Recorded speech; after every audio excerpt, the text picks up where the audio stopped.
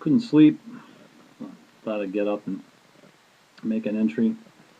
And I've always been fascinated by history and time and how the things that are there today that we see in front of us are the result of so many actions that have taken place. And if this hadn't happened, if this hadn't happened, then we wouldn't be where we are today.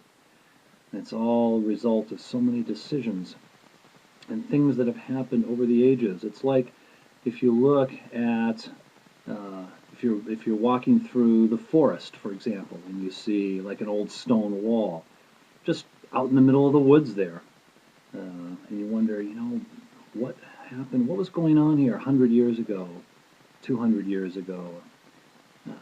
Was the forest here? If there's a stone wall there, maybe there was a field. Maybe somebody was farming this.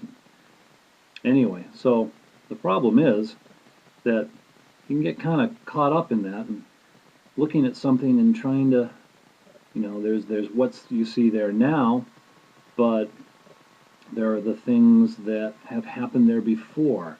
And you can kind of like look at something and sort of rewind it backwards in your mind and try and figure out what happened to all the things that happened to make it what it was today. It's like when you throw a rock into the water in a lake, and the rock sinks, and you can't see that anymore, but you see the ripples expanding out from that. So looking at the ripples and trying to think, well, where did they come from, and trace them backwards.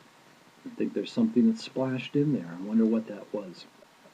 I used to wonder about that, and I guess maybe you'd say I got a little obsessed about that, and sometimes looked at things and had trouble seeing what was there now, and kind of confusing that with seeing what might have been there in the past.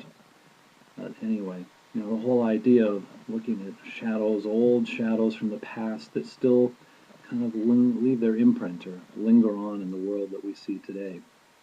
It's a collection of everything in the moment that's there now as the result of all these old, ancient shadows of things that have happened in the past.